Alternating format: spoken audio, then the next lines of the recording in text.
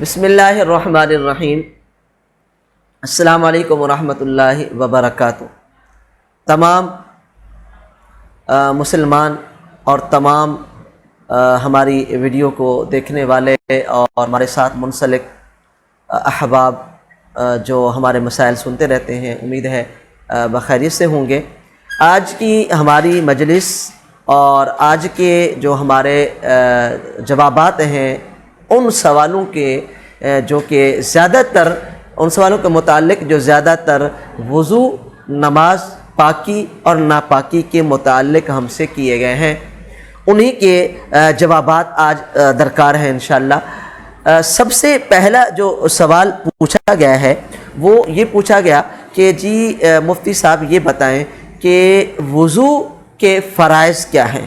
وضو کے فرائض کیا ہیں اور کتنی ہیں، اور یہ کہ صرف وضو کے فرائض کی ادائیگی سے نماز ہو جاتی ہے یا نہیں ہوتی۔ دیکھیں، یہ میں پہلے بتا چکا ہوں وضو کے فرائض اور اس کے واجبات، لیکن ہو سکتا ہے آپ نے کوئی اب تک یہ بات نہ پہنچی ہو۔ تو وضو کے 4 فرائض ہیں، 4 فرائض یعنی 4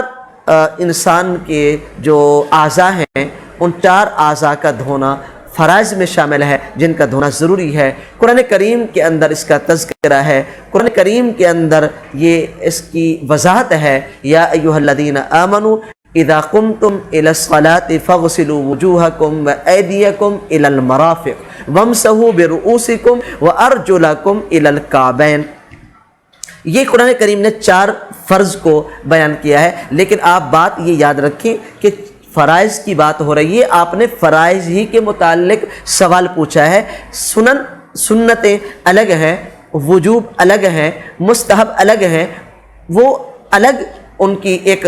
مقدار ہے، لیکن فرائض کی جو مقدار ہے وہ 4 ہی ہیں۔ وہ کیا ہے کہ سب سے پہلے چہرے کا دھونا ہے، سب سے پہلے چہرہ کا جو دھونا ہے، اور اس کی جو چہرے کی ایک دھونے کی جو مقدار ہے، اس کی جو حد ہے وہ کیا ہے، یہ جو پیشانی کے بال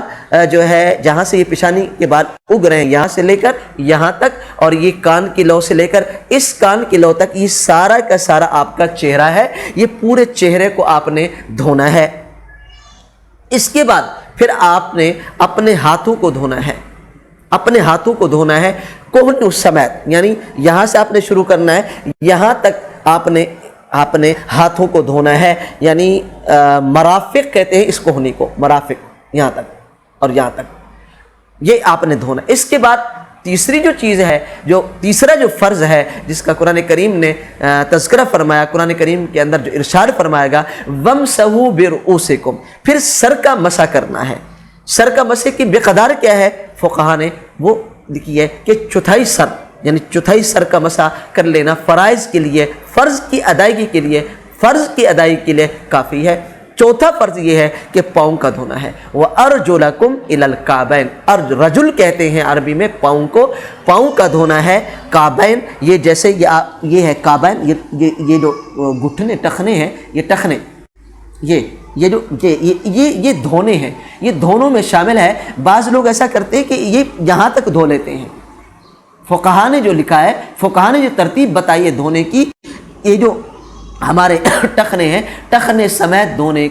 کو فقہا نے کہا ہے، یہ ٹخنے سمیت ہی پاؤں دھونے ہیں۔ یہ 4 جو ہے قرآن کریم نے یہ فرائض جو ہے یہ بیان کی ہیں، یہ تو ضروری ہیں، ان میں سے اگر کوئی ایک بھی رہ گیا وضو نہیں ہوتا، اور جب وضو نہیں ہوگا تو نماز نہیں ہوگی، جب وضو نہیں ہوتا تو نماز نہیں ہوگی۔